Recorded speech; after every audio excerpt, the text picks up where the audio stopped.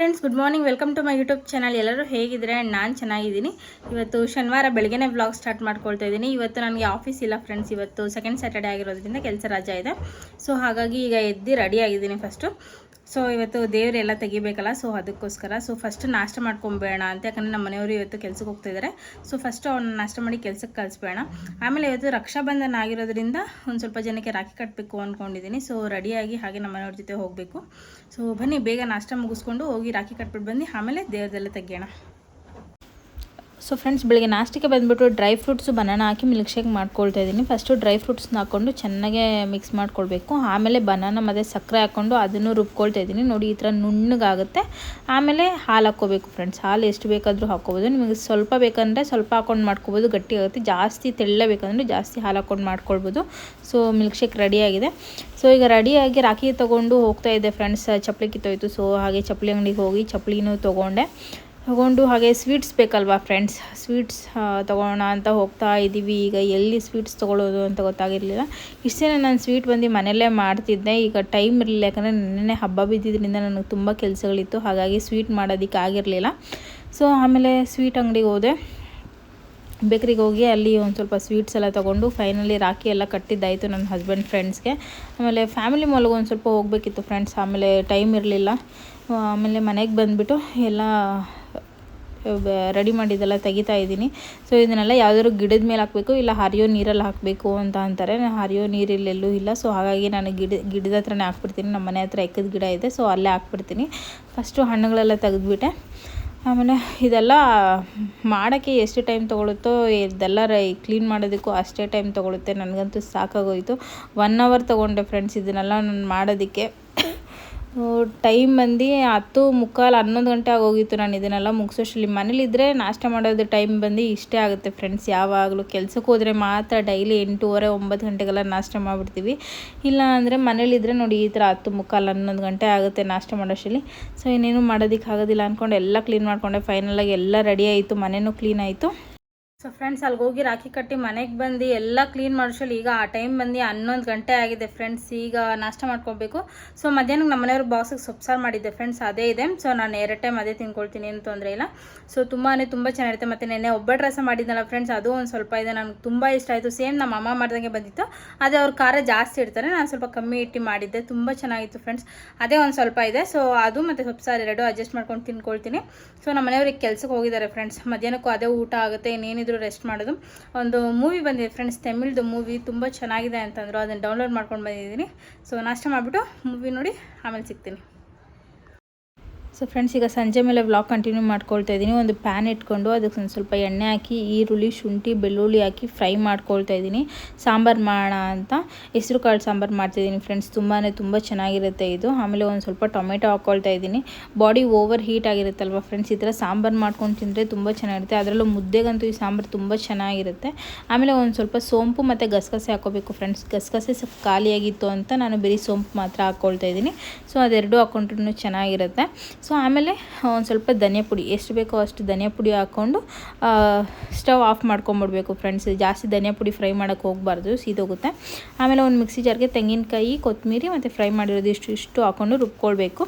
ಒಂದು ಕುಕ್ಕರ್ಗೆ ಎಣ್ಣೆ ಕರಿಬೇವು ಹಾಕ್ಕೊಳ್ಬೇಕು, ಸಾಸಿವೆ ಹಾಕ್ಕೊಳ್ಬಾರ್ದು. ಎಣ್ಣೆ ಕರಿಬೇವು ಮತ್ತು ಹೆಸರು ಕಾಳು ಹಾಕ್ಕೊಳ್ತಾ ಇದ್ದೀನಿ. ಆಮೇಲೆ ಆಲೂಗಡ್ಡೆ ಹಾಕ್ಕೊಂಡು ಸ್ವಲ್ಪ ಲೈಟಾಗಿ ಫ್ರೈ ಮಾಡ್ಕೊಳ್ಬೇಕು. ಎಣ್ಣೆಯಲ್ಲೇ ಅದೇ ಒಂದು 2 ನಿಮಿಷ ಬೇಯಬೇಕು ಫ್ರೆಂಡ್ಸ್. ಇದನ್ನು ಯಾವುದೇ ರೀತಿ ನಾನು ನೆನೆಸ್ಕೊಂಡಿಲ್ಲ, ಸೊ ಡೈರೆಕ್ಟ್ ಹಾಗೆ ಮಾಡ್ತಿರೋದು. ಆಮೇಲೆ ಒಂದು ಸ್ವಲ್ಪ ಅರಿಶಿಣದ ಪುಡಿ ಮತ್ತು ಚಿಲ್ಲಿ ಪೌಡರ್ ಇದೆರಡು ಹಾಕ್ಕೊಳ್ಬೇಕು.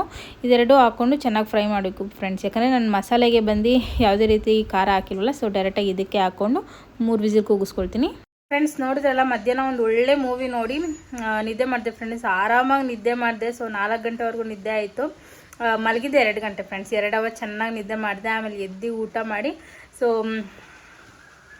ಈಗ ಅಡುಗೆಗೆ ರೆಡಿ ಮಾಡ್ತೀವಿ. ನೋಡಿದ್ರಲ್ಲ, ಸಾಂಬಾರು ರೆಡಿ ಆಗಿದೆ. ಈಗ ಪಲ್ಯ ಏನಾದರೂ ಮಾಡ್ಬೇಕು ಅಂದ್ಕೊಳ್ತಾ ಇದ್ದೀನಿ.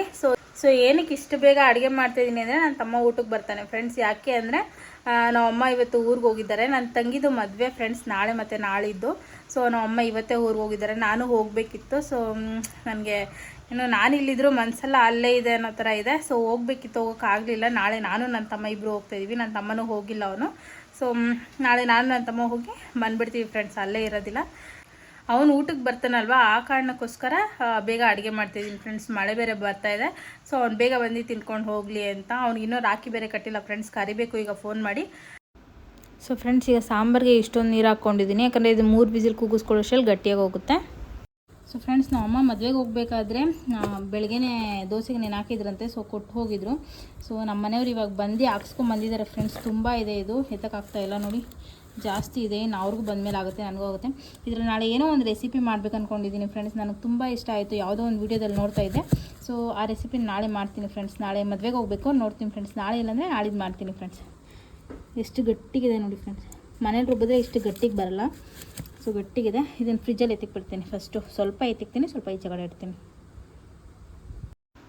ಸೊ ಫ್ರೆಂಡ್ಸ್, ಅದು ಸಾಂಬಾರು ರೆಡಿ ಆದಮೇಲೆ ಬೆಂಡೆಕಾಯಿ ಇತ್ತು ಮನೆಯಲ್ಲಿ. ಸೊ ಅದಕ್ಕೆ ಪಲ್ಯ ಏನಾದರೂ ಮಾಡ್ಕೊಳ್ಳೋಣ ಅಂತ ಮಾಡ್ತಾಯಿದ್ದೀನಿ. ಪಲ್ಯ ಮಾಡಿ ತುಂಬ ದಿನ ಆಗಿತ್ತು ಫ್ರೆಂಡ್ಸ್. ಬೆಂಡೆಕಾಯಿನ ತೊಳೆದು ಒರೆಸಿ ಆಮೇಲೆ ಈ ಥರ ಶೇಪಲ್ಲಿ ಕಟ್ ಮಾಡಿಕೊಂಡು ಫ್ರೈ ಮಾಡ್ಕೊಳ್ತಾಯಿದ್ದೀನಿ. ಆಮೇಲೆ ಒಂದು ಬಾಣಲಿ ಇಟ್ಕೊಂಡು ಅದಕ್ಕೆ ಎಣ್ಣೆ, ಸಾಸಿವೆ, ಜೀರಿಗೆ, ಈರುಳ್ಳಿ, ಬೆಳ್ಳುಳ್ಳಿ ಹಾಕ್ಕೊಳ್ತಾಯಿದ್ದೀನಿ ಫ್ರೆಂಡ್ಸ್. ಈ ಪಲ್ಯಕ್ಕೆ ಬೆಳ್ಳುಳ್ಳಿ ತುಂಬ ಚೆನ್ನಾಗಿರುತ್ತೆ. ಆಮೇಲೆ ಕರಿಬೇವು, ಟೊಮೆಟೊ ಇದಿಷ್ಟು ಒಟ್ಟಿಗೆ ಹಾಕ್ಕೊಂಡು ಲೈಟಾಗಿ ಫ್ರೈ ಮಾಡ್ಕೋಬೇಕು, ಜಾಸ್ತಿ ಫ್ರೈ ಮಾಡ್ಕೋಬಾರ್ದು. ಸೊ ಒಂದು ಸ್ವಲ್ಪ ಉಪ್ಪು ಹಾಕ್ಕೊಂಡು ಚೆನ್ನಾಗಿ ಹುರ್ಕೊಳ್ತಾ ಇದ್ದೀನಿ. ಈ ಪಲ್ಯ ಒಂದ್ಸತಿ ಟ್ರೈ ಮಾಡಿ ಫ್ರೆಂಡ್ಸ್, ಚಪಾತಿಗಂತೂ ತುಂಬ ಚೆನ್ನಾಗಿರುತ್ತೆ ಇದು. ಸೊ ಇದನ್ನೆಲ್ಲ ಚೆನ್ನಾಗಿ ಫ್ರೈ ಮಾಡಿಕೊಂಡು ಅದಕ್ಕೊಂದು ಸ್ವಲ್ಪ ಧನಿಯಾ ಪುಡಿ, ಖಾರದ ಪುಡಿ, ಜೀರಿಗೆ ಪುಡಿ ಮತ್ತು ಅರಿಶಿಣದ ಪುಡಿ ಇದಿಷ್ಟು ಹಾಕ್ಕೊಂಡು ಲೈಟಾಗಿ ಫ್ರೈ ಮಾಡ್ಕೋಬೇಕು ಫ್ರೆಂಡ್ಸ್. ಯಾಕಂದರೆ ನಾವು ಮಸಾಲೆಗಳೆಲ್ಲ ಹಾಕಿದ್ಮೇಲೆ ಜಾಸ್ತಿ ಹೊತ್ತು ಫ್ರೈ ಮಾಡೋಕ್ಕೆ ಹೋಗಬಾರ್ದು, ಅದು ಸೀದೋಗಿಬಿಡುತ್ತೆ. ಸೊ ಹಾಗಾಗಿ ಇದನ್ನು ಲೈಟಾಗಿ 1 ನಿಮಿಷ ಫ್ರೈ ಮಾಡಿಕೊಂಡು ಆಮೇಲೆ ಬೆಂಡೆಕಾಯಿ ಫ್ರೈ ಮಾಡ್ಕೊಂಡಿದ್ನಲ್ಲ ಅದನ್ನು ಹಾಕ್ಕೊಳ್ತಾ ಇದ್ದೀನಿ. ಅದನ್ನು ಹಾಕ್ಕೊಂಡು ಒಂದು 2 ನಿಮಿಷ ಕೈ ಆಡಿಸ್ಬೇಕು. ಆಮೇಲೆ ಲಾಸ್ಟಲ್ಲಿ ಫೈನಲ್ ಕೊತ್ತಂಬರಿ ಹಾಕ್ಬಿಟ್ರೆ ಅಂತೂ ತುಂಬ ಚೆನ್ನಾಗಿರುತ್ತೆ ಫ್ರೆಂಡ್ಸ್. ಪಲ್ಯ ಟ್ರೈ ಮಾಡಿ. ಅಷ್ಟರಲ್ಲಿ ನನ್ನ ಮನೆಯವ್ರು ಕೂಡ ಮನೆಗೆ ಬಂದರು. ನಮ್ಮ ಮನೆಯವ್ರು ಬಂದಿದ್ದ ತಕ್ಷಣ ಮ್ಯಾಕ್ಸಿಗೆ ಬಿಸ್ಕೆಟ್ ಹಾಕ್ತಿದ್ದಾರೆ ಫ್ರೆಂಡ್ಸ್. ಅವ್ನು ಬೆಳಗ್ಗೆಯಿಂದ ಊಟ ಮಾಡಿರಲಿಲ್ಲ. ಸೊ ಹಾಗಾಗಿ ಅವ್ನಿಗೆ ಏನು ಹಾಕಬೇಕು ಅನ್ನೋದು ಗೊತ್ತಾಗ್ತಾಯಿಲ್ಲ ಫ್ರೆಂಡ್ಸ್. ಬಿಸ್ಕೆಟ್ ಹಾಕಬಾರ್ದು ಅಂತಾರೆ. ಸೊ ನೋಡೋಣ ಏನು ಹಾಕಬೇಕು ಅಂತ. ನೋಡಿ ಫ್ರೆಂಡ್ಸ್, ಎಷ್ಟು ನೀರು ಹಾಕ್ಕೊಂಡಿದ್ದೀನಿ ನಾನು, ಬಟ್ ಈಗ ಸಾಗೋ ಥರ ಆಗಿದೆ. ಇದಕ್ಕೆ ಒಂದು ಸ್ವಲ್ಪ ನೀರು ಹಾಕ್ಕೊಂಡು ಬೇಯಿಸ್ಕೊಳ್ತೀನಿ ಅಷ್ಟೇ. ಸಾಂಬಾರು ತುಂಬ ಚೆನ್ನಾಗಿರುತ್ತೆ. ಆಮೇಲೆ ನಮ್ಮ ಮನೆಯವ್ರು ಎಲ್ಲ ಆದಮೇಲೆ ನನಗೆ ಮೊಸರನ್ನ ತಿನ್ಬೇಕು ಅನ್ನಿಸ್ತಾ ಇದೆ ಅಂತ ಅಂದರು ಫ್ರೆಂಡ್ಸ್. ಆಮೇಲೆ ಇನ್ನೇನು ಮಾಡೋಣ ಅಂದ್ಬಿಟ್ಟು ಸಿಂಪಲ್ ಮೊಸರನ್ನ ಫ್ರೆಂಡ್ಸ್, ತುಂಬ ಚೆನ್ನಾಗಿರುತ್ತೆ. ಒಂದು ಬಾಣಲಿಗೆ ಎಣ್ಣೆ ಹಾಕಿ, ಸಾಸಿವೆ ಹಾಕಿ, ಕಡಲೆಬೇಳೆ ಹಾಕಬೇಕು, ಮತ್ತು ಕರಿಬೇವು, ಹಸಿಮೆಣಸಿನ್ಕಾಯಿ, ಈರುಳ್ಳಿ ಇದಿಷ್ಟು ಹಾಕಿ ಚೆನ್ನಾಗಿ ಫ್ರೈ ಮಾಡಿ ಆಮೇಲೆ ಅನ್ನ ಹಾಕಿ ಫಸ್ಟು ಮಿಕ್ಸ್ ಮಾಡಬೇಕು. ಮೊಸರು ಹಾಕಬಾರ್ದು. ಆಮೇಲೆ ಲಾಸ್ಟಲ್ಲಿ ಮೊಸರು ಹಾಕಿ ಉಪ್ಪು ಹಾಕಿ ಮಿಕ್ಸ್ ಮಾಡಿದ್ರೆ ತುಂಬ ಚೆನ್ನಾಗಿರುತ್ತೆ. ನೀವು ಟ್ರೈ ಮಾಡಿ ಫ್ರೆಂಡ್ಸ್. ಇದು ನೆನ್ನೆದೇ ಬ್ಲಾಗು ಕಂಟಿನ್ಯೂ ಮಾಡ್ತಿದ್ದೀನಿ. ಇವತ್ತು ಭಾನುವಾರ ಮಧ್ಯಾಹ್ನ 3 ಗಂಟೆ ಆಗಿದೆ ಟೈಮು. ಸೊ ಮಳೆ ನೋಡಿ ಫ್ರೆಂಡ್ಸ್ ಹೆಂಗೆ ಬೀಳ್ತಾ ಇದೆ. ಸೊ ಇವತ್ತು ನನ್ನ ತಂಗಿದ ಮದುವೆ ಬೇರೆ ಇದೆ. ಆಲ್ರೆಡಿ ಎಲ್ಲರೂ 1 ದಿನ 2 ದಿನ ಮುಂಚೆನೇ ಹೋಗಿದ್ದಾರೆ. ನಾನು ಇನ್ನೂ ಹೋಗಿಲ್ಲ, ನನ್ನ ತಮ್ಮ ಬೇರೆ ಬರ್ತಿಲ್ಲ. ಯಾಕಂದರೆ ಮಳೆ ಹಿಂಗೆ ಬೀಳ್ತಾ ಇದೆ, ಹೆಂಗೆ ಹೋಗೋದು ಅಂತ ಗೊತ್ತಾಗ್ತಾ ಇಲ್ಲ ಫ್ರೆಂಡ್ಸ್. ಸಿಕ್ಕಾಪಟ್ಟೆ ಮಳೆ ಬರ್ತಾ ಇದೆ. ಒಂದು 1 ಅವರ್ ನಿಂತ್ಕೊಂಡ್ಬಿಟ್ರೆ ಸಾಕು, ಹೋಗಿ ಚೌಟ್ರಿಗೆ ಸೇರಿಕೊಂಡ್ರೆ ಸರಿ. ರೆಡಿ ಎಲ್ಲ ಆಗೋಗಿದ್ದೀವಿ ಫ್ರೆಂಡ್ಸ್, ಆದರೆ ಏನು ಮಾಡೋದು ಅಂತ ಗೊತ್ತಾಗ್ತಾ ಇಲ್ಲ. ಒಂದು ರಂಗೋಲಿ ಎಲ್ಲ ಹಾಕಿದ್ದು ಹೋಗ್ಬಿಟ್ಟಿದೆ ಫ್ರೆಂಡ್ಸ್, ಹೊಸರಿಗೂ ಕೂಡ ಹಾಕಿದ್ದೆಲ್ಲ ಹೋಗ್ಬಿಟ್ಟಿದೆ.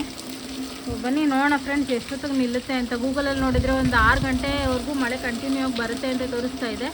ಸೊ ನೋಡಬೇಕು ಫ್ರೆಂಡ್ಸ್ ಏನಾಗುತ್ತೆ ಅಂತ. ಫ್ರೆಂಡ್ಸ್ ಫೈನಲಿ ಈಗ ಮಳೆ ನಿಂತಿದೆ. ಈಗ ಹೊರಡ್ತಾ ಇದ್ದೀವಿ, ಹೊರಡಬೇಕು. ಪೆಟ್ರೋಲ್ ಖಾಲಿ ಆಗಿತ್ತು ಫ್ರೆಂಡ್ಸ್. ಸೊ ಹಾಗಾಗಿ ಪೆಟ್ರೋಲ್ ಬಂಕಿಗೆ ಬಂದಿದ್ವಿ, ಪೆಟ್ರೋಲ್ ಹಾಕ್ಸ್ಕೊಂಡು ಹೊರಡೋಣ ಅಂತ. ಸೊ ಬನ್ನಿ, ಇನ್ನೂ ಒಂದು 3/4 ಅವರ್ ಜರ್ನಿ ತೋರಿಸ್ತಿದೆ ಫ್ರೆಂಡ್ಸ್. ಆಲ್ರೆಡಿ ಈಗ ಕಾಡ್ಗೋಡಿ ಬಿಟ್ಟು ಮುಂದೆ ಇದ್ವಿ. ಸೊ ಇನ್ನೂ ಒಂದು 3/4 ಅವರ್ ಜರ್ನಿ ತೋರಿಸ್ತಿದೆ. ಸೊ ಬನ್ನಿ ಹೋಗೋಣ ಬೇಗ.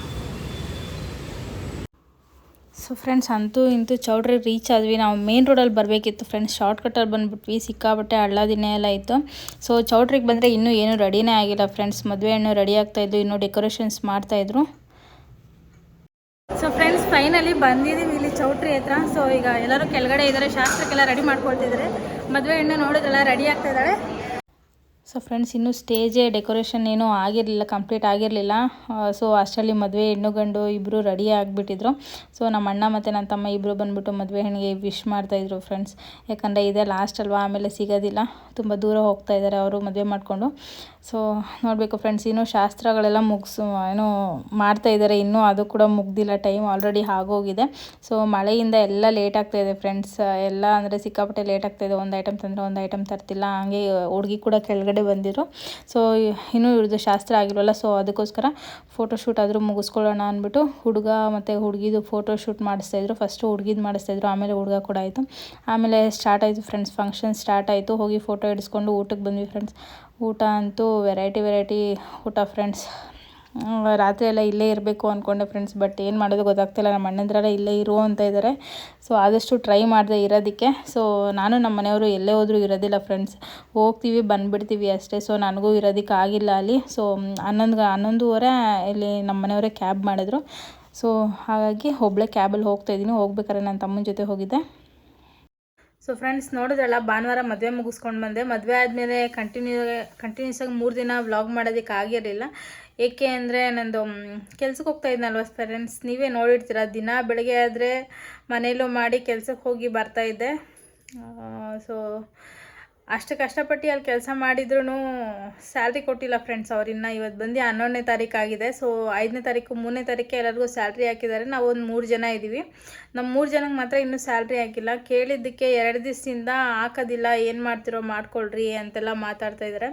ಸೊ ನಮ್ಮ ಮನೆಯವ್ರು ಕೂಡ ಅವ್ರ ಹತ್ರ ಮಾತಾಡಿದ್ರು. ಆದ್ರೂ ಅವ್ರಿಗೆ ಅದು ಏನಾಗಿದೆಯೋ ಗೊತ್ತಿಲ್ಲ. ರೀಸನ್ ಹೇಳಿ ಅಂದರೆ ರೀಸನ್ ಹೇಳ್ತಾ ಇಲ್ಲ.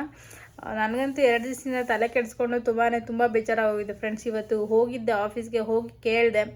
ಸೊ ಕೊಡೋದಕ್ಕೆ ಆಗೋದೇ ಇಲ್ಲ, ಇದ್ರೆ ಇರು ಹೋದರೆ ಹೋಗು ಅಂತ ಮಾತಾಡಿದ್ರು. ಸಿಕ್ಕಾಪಟ್ಟೆ ಬೇಜಾರಾಗೋಯ್ತು ಫ್ರೆಂಡ್ಸ್. ಎಷ್ಟು ರಿಕ್ವೆಸ್ಟ್ ಮಾಡಿದ್ದೀನಿ ಅಂದರೆ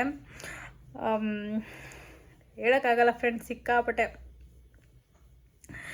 ರಿಕ್ವೆಸ್ಟ್ ಮಾಡ್ಕೊಂಡಿದ್ದೀನಿ. ಆದರೆ ಯಾರು ಏನು ಹೇಳಿದ್ರು ಏನು ಕತೆನೋ ಗೊತ್ತಿಲ್ಲ. ಆ ದೇವರನವನಿದ್ರೆ ನಿಜವಾಗ್ಲೂ ಯಾರೂ ಉದ್ಧಾರ ಆಗೋದಿಲ್ಲ ಫ್ರೆಂಡ್ಸ್. ನಾನು ಕಷ್ಟಪಟ್ಟಿದ್ರೆ ಸಿಕ್ಕಾಪಟ್ಟೆ ಬೇಜಾರಾಯಿತು. ಅದಕ್ಕೆ ವ್ಲಾಗ್ ಮಾಡೋದಕ್ಕೆ ಆಗಲಿಲ್ಲ ಫ್ರೆಂಡ್ಸ್, ಬೇಜಾರಾಗಿತ್ತು. ಸೊ ಇವತ್ತು ಹೋಗಿದ್ನಲ್ಲ, ಕೊಡೋದಿಲ್ಲ, ಇದ್ರೆ ಇರು ಹೋದರೆ ಹೋಗು ಅಂತ ತುಂಬ ರ್ಯಾಶಾಗೆ ಮಾತಾಡಿದ್ರು. ಎಲ್ಲರ ಮುಂದೆ ಬೈದರು. ಸೊ ಕೇಳೋ ಅಷ್ಟೊತ್ತು ಕೇಳಿದೆ ಫ್ರೆಂಡ್ಸ್. ಅರ್ಧ ಅವರು ಅವ್ರ ಹತ್ರ ರಿಕ್ವೆಸ್ಟ್ ಮಾಡ್ಕೊಂಡಿದ್ದೀನಿ ಕೊಡಿ. ಸಿಕ್ಕಾಪಟ್ಟೆ ಬೇಜಾರಾಗೋ ಥರ ಮಾತಾಡ್ಬಿಟ್ರು ಫ್ರೆಂಡ್ಸ್. ಯಾರೋ ಏನೋ ಹಾಕಿ ಕೊಟ್ಟಿದ್ದಾರೆ ಹಿಂದೆಗಡೆ, ಬಟ್ ಯಾರು ಅಂತಲೂ ಹೇಳ್ತಾ ಇಲ್ಲ, ಅವರು ಏನು ಅಂತಲೂ ಹೇಳ್ತಾ ಇಲ್ಲ. ಸೊ ಸ್ಯಾಲ್ರಿ ನಿಕ್ಕೊಂಡು ಆಟ ಆಡಿಸ್ತಾ ಇದ್ದಾರೆ.